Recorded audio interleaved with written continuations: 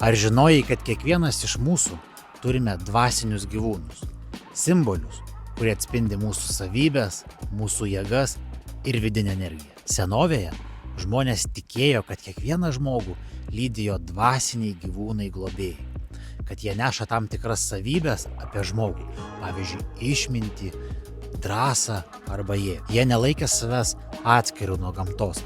Gyvūnai buvo labiau kaip broliai ir seserės, o jų savybės kaip veidrodis atspindintis tai, ką turime savyje.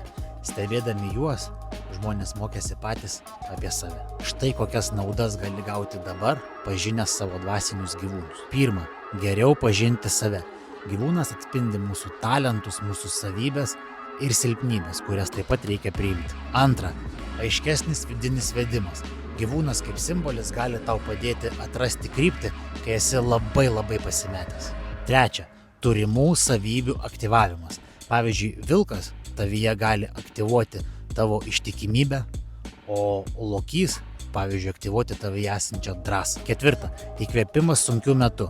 Dvasinis gyvūnas tampa kaip tavo simbolinis draugas, kuris primena apie tavo viduje esančias vidinės jėgas. Penkta, tu labai stiprini savo ryšį su gamta. Šešta, emocinis palaikymas. Prisiminus savo gyvūną gali lengviau nusiraminti arba jeigu to reikia sutelkti savo jėgą. Ir septinta, tai gyvenimo simbolis. Gyvūnas tampa tarsi tavo gyvenimo simbolis, tarsi metafora, kuri primena apie tai, kas tau gyvenime yra svarbiausia. Jei tu nori sužinoti, kokie yra tavo dvasiniai gyvūnai, komentuok po šio video noriu. Jeigu susirinks pakankamas skaičius norinčiųjų, galėsime padaryti gyvą arba online užsiėmimą skirtą atrasti savo dvasinius gyvūnus.